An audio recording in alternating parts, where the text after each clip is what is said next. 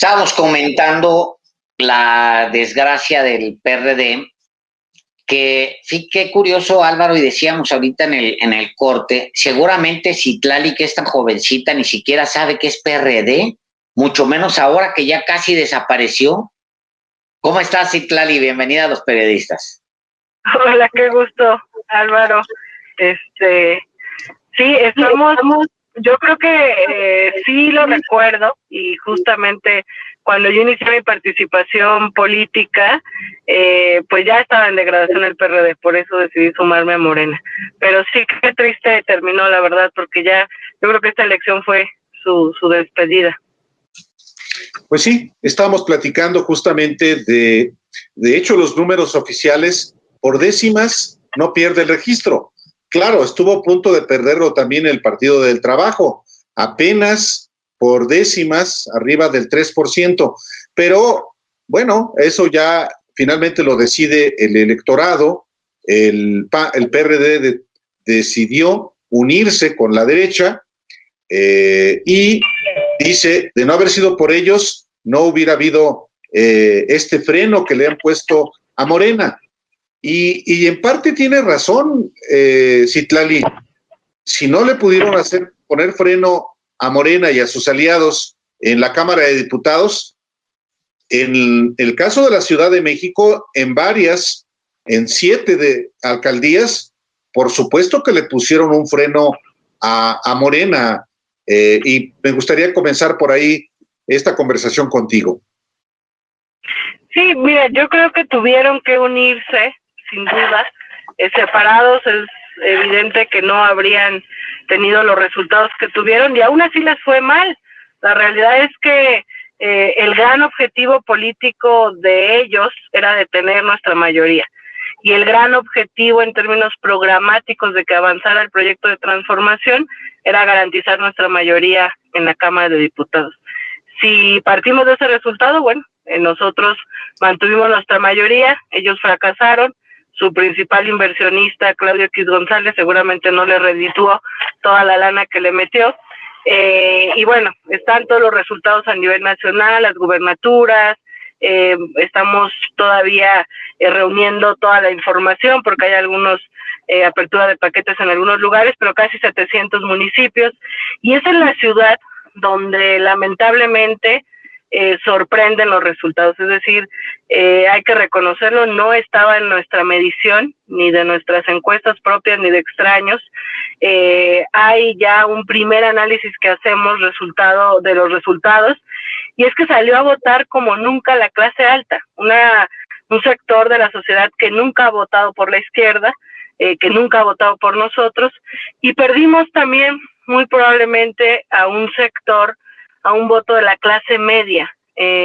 Yo creo que fundamentalmente porque aquí es en la ciudad donde se da la gran discusión pública, y mucha gente, yo creo que muchos de los que votaron contra Morena como un voto de castigo y que no necesariamente votaron a favor del PREAN, pues ni siquiera se fijaron en los candidatos que estaban, ¿no? Porque hay varios candidatos que realmente dan pena que hayan quedado aquí en la Ciudad de México. Y bueno, estamos en eso, estamos en la autocrítica, en el análisis, en la reflexión de que sin duda necesitábamos un partido más fuerte aquí en la ciudad, no lo hubo. Yo lo he dicho, creo que el partido en la ciudad le falló a la jefa de gobierno, al presidente y a un gran sector, yo creo que fundamentalmente progresista, que confía en nuestro proyecto, pero que ahora sí que no metimos ni las manos como debíamos en este golpeteo sistemático que hay hacia Morena y hacia la Cuarta Transformación. Te he escuchado, Citlali, la frase, le fallamos a la jefa de gobierno, le fallamos a López Obrador. ¿En qué le fallaron? Pues mira, esta ciudad, desde que tiene elecciones, pues ha tenido el respaldo de la ciudadanía a favor de un proyecto de izquierda, de un proyecto de transformación. El movimiento obradorista surge en esta ciudad, mi generación surge derivado de la lucha contra el desafuero. Claudia Sheinbaum tiene una gran evaluación, incluso mejor que la del presidente aquí en la Ciudad de México. Es decir, había todos los escenarios como para que Morena hoy ratificara ser una fuerza en la Ciudad de México. El no hacerlo, y yo sí creo que es muy importante detenernos en ese momento, no es un triunfo de la derecha en términos ideológicos, en términos programáticos.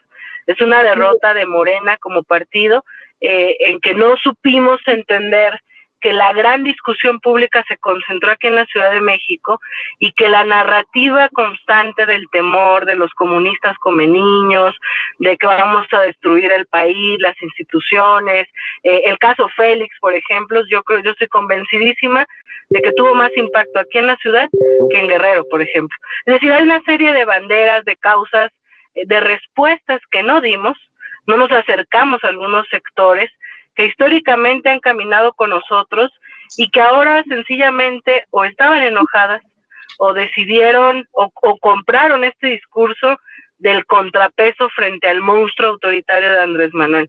Entonces creo que es una falla del partido más que un avance ideológico o programático de la derecha en una ciudad donde hay mucha opinión crítica, donde hay derechos, donde hay libertades, donde hay conquistas de la izquierda, y por eso me parece que fallamos, porque al final la jefa de gobierno ha hecho un gran trabajo. Andrés Manuel ha iniciado el proyecto de transformación en el que creemos muchos militantes y simpatizantes de Morena, pero no hubo partido que se concentrara o que ubicara este fenómeno que se estaba dando en la ciudad.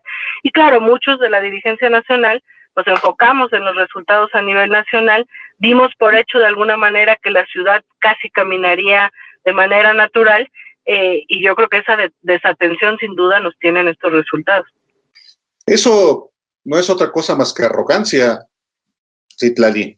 Es decir que ya es que la Ciudad de México es de izquierda, cuando también en otras elecciones, en varias de las alcaldías que perdieron, las elecciones eran cerradas y ganaron por poquito y ya habían sido inclusive gobernadas por el PAN o por el PRI.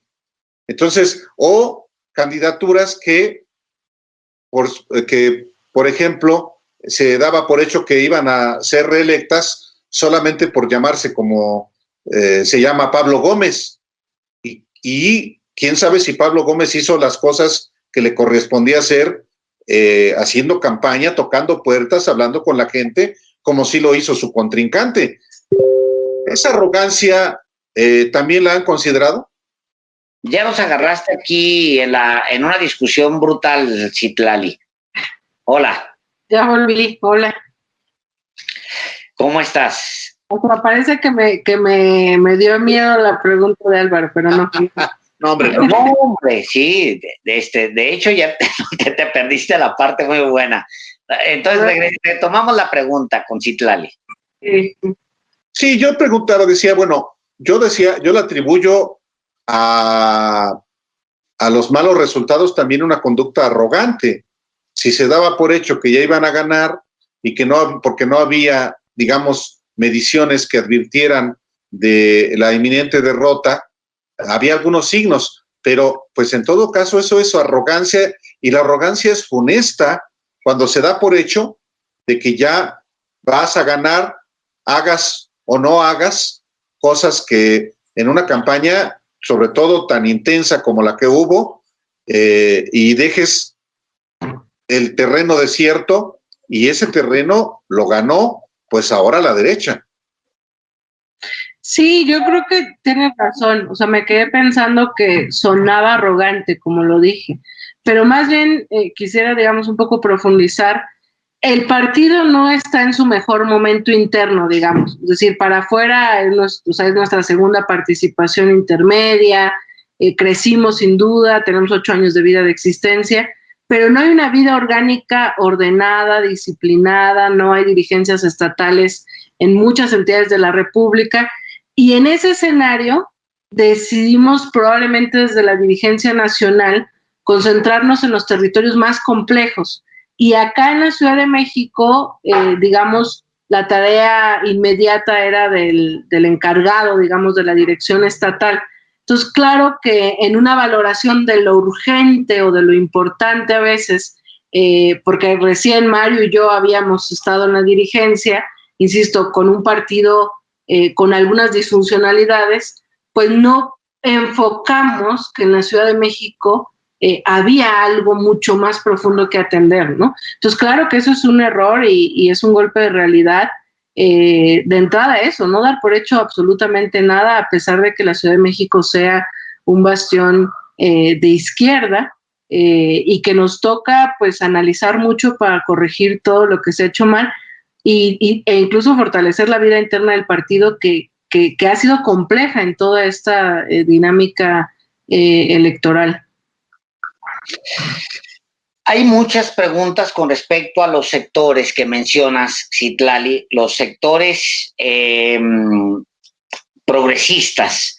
Los que no votan Morena no han votado tampoco izquierda ni PRD históricamente en esta ciudad y se vale, y qué bueno que existan porque le da sentido a una democracia. Qué bueno, la Ciudad de México ha sido un ejemplo de democracia porque se puede convivir, unos y otros pueden convivir. O sea, no hay problema que existan quien no vota por Morena o por la izquierda.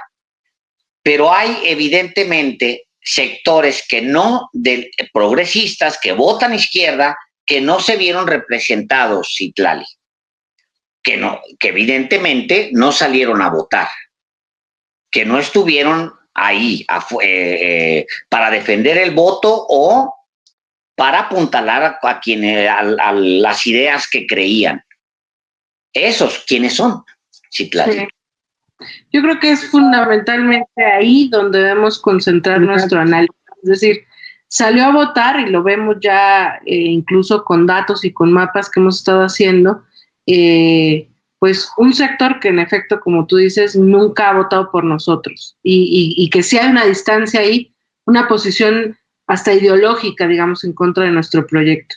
Pero lo que tendría y lo que le preocupa y ocupa a Morena es ese sector que nos ha acompañado, que nos acompañó en el 18 y que incluso en términos generales coincide en el diagnóstico que planteamos de que el sistema neoliberal no puede continuar en marcha, digamos, en este país, pero que probablemente tenga dudas, tenga temores, tenga cuestionamientos, críticas y señalamientos de algunas acciones o ausencias que hemos realizado, o de errores que hemos cometido, o incluso de deficiencias también en la comunicación. Yo por eso decía hace rato, el caso Félix probablemente pegó mucho más aquí en la Ciudad de México que en Guerrero, sin duda.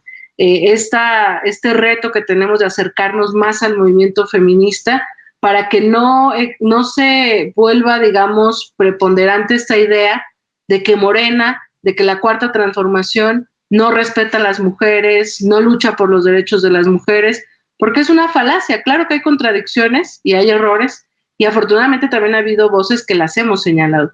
Y así yo pienso, no sé, en el sector cultural, en un sector de la progresista que no termina de entender, o no hemos nosotros más bien terminado de explicar algunas acciones respecto, digamos, a los organismos autónomos, a los fideicomisos.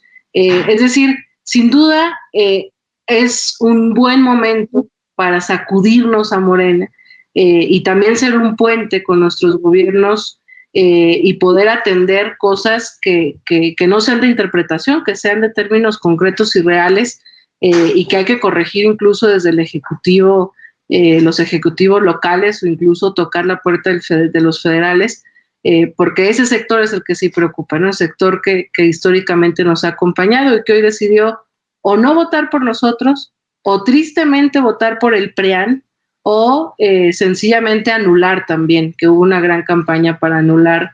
Y yo lo veía en mis amigos de universidad. Algunos no querían votar por nosotros, pero tampoco por el PRIAN, y probablemente terminaron anulando. Entonces, bueno, sí es un tema que Morena tiene que analizar para no convertirnos, o sea, es triste que en algún sector seamos uno más, porque nosotros no queremos ni nacimos con esa intención. Sí, y quizá un sector a analizar, Citlali, son los jóvenes. Y ya no me refiero solamente al caso de la Ciudad de México.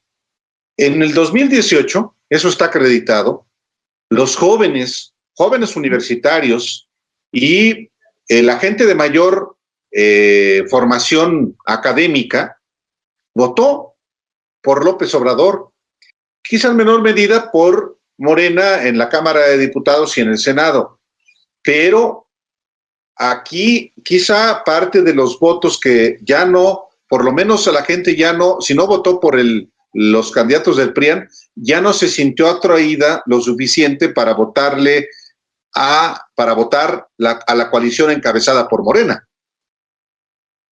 Sí, y yo creo que es donde hay un gran reto. A mí sí digo, yo soy millennial, ya no soy tan joven como me siento o como era en el interior de Morena, pero hay una generación incluso donde necesitamos comunicar distinto, es decir, a mí me ha costado trabajo, por ejemplo, pensar que hay una generación que ya no lee, que a lo mejor tiene otras maneras de acceder a la información. Entonces creo que hay que asimilar que hay una generación distinta, a la que hay que comunicarle distinta, a la que hay que atraer también la memoria histórica, que sin duda siempre ha sido algo de lo que vamos flaqueando las nuevas generaciones, porque eso es lo que a mí en mi fuero interno, no como dirigente, sino como parte como simpatizante de este proyecto de transformación, me puede que un sector progresista informado haya incluso preferido votar por el PRIAN que votar por Morena, porque sí hay un sector que tachó en la boleta PRI o PAN, y que no necesariamente coincide con esa visión basada en la corrupción, en el abuso, o respalda, digamos, algunos de los personajes que están en ese partido. Entonces, Morena está en ese momento en el que necesita también refrescar su discurso, visibilizar las potencialidades que tenemos como partido movimiento, corregir urgentemente las contradicciones y los errores para que no seamos ante una nueva generación un partido político más, porque esa sería una derrota, yo diría que hasta histórica, porque yo sí asumo que Morena es heredera de muchos movimientos, digamos, progresistas, de muchos movimientos sociales que fueron construyendo un momento democrático en este país, y de ese tamaño, digamos, es el reto, no porque Morena sea lo máximo ni porque los partidos sean la alternativa, sino porque decidimos cuando fundamos Morena que fuera una herramienta para esas causas. Y a lo mejor muchos de esos sectores que en su momento nos vieron como una herramienta para esas causas, hoy no han visto puerta abierta por parte del partido, ¿no? También por esta crisis en la que entramos 2 años y en la que pareciera que nos comportamos más como un partido tradicional en vez de un movimiento. Hay en el discurso del presidente, claramente el presidente apunta hacia, pues trae una chamba muy clara, digamos, voltear a ver allá hacia la transformación. Neoliberalismo como el sistema al que se tiene que abandonar y el inicio de un periodo que voltea a ver a las clases populares, que camine hacia ser más consciente de que hay desigualdad, de que hay una gran pobreza. El presidente anda en esa chamba. Y luego, a otros niveles, hay otros sectores que tradicionalmente volteaban a ver hacia la izquierda y se sentían representados por la izquierda. Y no solamente eso, Citlali. Estaban esperando este momento para sentirse representados. Las mujeres, las minorías, es más, las mujeres en muchos planos, porque ahí hay muchos planos. El tema, por ejemplo, del aborto, el tema claramente de la violencia en los hogares, el tema de los feminicidios en México, que es un problema real. Todos esos otros planos se tratan de segmentos, de sectores ya en el nivel micro, que tú los escuchas, no están representados ahora y estaban esperando este momento. Son muchos, y tú lo sabes. Digo, a nivel jóvenes hay muchos segmentos que no se han sentido representados y donde no es una chamba del presidente. Así es. Es una chamba ya más micro, ahí es donde el partido tiene que existir, o bien los gobiernos locales, pero esa chamba no se está haciendo. Que ahí es donde me refiero que hemos fallado, porque lo doblemente preocupante, digamos, en términos del análisis crítico que estamos haciendo es que sí hay, o sea, que sí hay quienes adopten esas causas, quienes podrían representar a ciertos sectores, o sea, tenemos feministas, hay un avance en la agenda de la población LGBTI como nunca, creo yo, en los congresos locales, hay planteamientos para la legalización o por lo menos la despenalización del aborto en las cámaras, tanto en el Senado como en la Cámara. Es decir, es real que la ausencia del partido ha concentrado prácticamente toda la discusión pública o la mayor parte de la discusión pública en el discurso político del presidente. Y yo te puedo decir que si hablamos del feminismo, yo estoy segura de que yo puedo ser mejor interlocutora con el feminismo que el presidente, que es un hombre de 60 y tantos años, que sin duda jamás va a decir con los conceptos que tenemos las feministas, digamos, lo que quiere escuchar un sector. Pero eso no significa que porque no lo diga el presidente, no exista en la agenda, no haya voces, no haya representación. Entonces, sin duda es este resultado, entre otras cosas, es la ausencia del partido. Si hubiésemos llegado a esta elección con un partido más organizado, además entendiendo que la narrativa general que funcionó en el 18 ya no es, digamos, totalmente redituable, si se me permite utilizar esta palabra, aunque no me gusta, en el discurso político, porque no es lo mismo lo que le preocupa, digamos, en términos generales, ya la mayoría de la población votó en 2018 por el presidente Andrés Manuel, después de un diagnóstico de no podemos seguir con esto y vamos hacia a la construcción de un nuevo país. Pero no es lo mismo lo que le interesa, lo que le preocupa al habitante de la Ciudad de México que, no sé, al habitante de Baja California, de Chiapas. Es decir, el partido en la Ciudad de México sí tendría que ser un partido con una determinación mucho más clara en varias agendas, con mucha más presencia, y es ahí, digamos, donde tenemos un reto. Y el partido en sí, en términos generales, pues llevábamos apenas medio año en la dirigencia. Nos toca ya no ausentarnos de la discusión pública y visibilizar esas luchas que sí existen. Ahorita te puedo decir, vamos a tener a la primera legisladora trans en el Congreso Federal. Metimos tenemos 2 activistas de la población LGBTI que son personas trans que van a llegar al Congreso Federal y que los pusimos, digamos, en las listas plures. Vamos a tener a Omar García, sobreviviente de Ayotzinapa, como diputado. Vamos a tener a varias voces feministas en congresos locales y en congresos federales. Es decir, como no ha habido un partido que presuma eso, la discusión pública se da en lo que dice nada más el presidente en la mañanera. Oye, Citlali, yo no veo la televisión, hace muchos años que no la veo, no, ahí no estoy yo, pues, sí.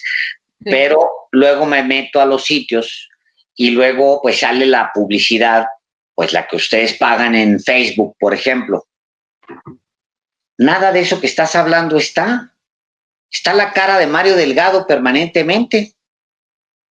Eso es lo que sale. A mí me salió la publicidad que me salió, es Mario Delgado platicando con quién sabe quién y Mario Delgado levantando el puño y los líderes, unos señores ahí, no sé.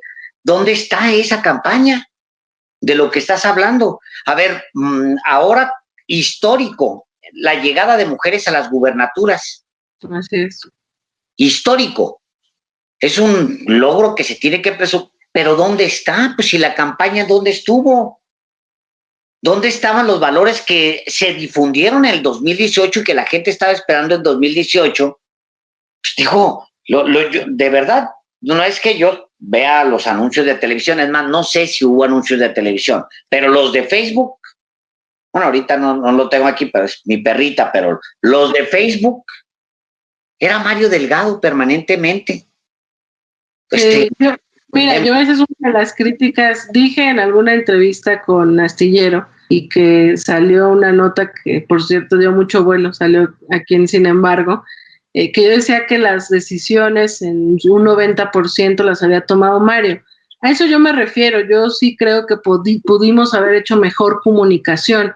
Sin embargo, por la dinámica interna del partido, la comunicación quedó en manos de Mario.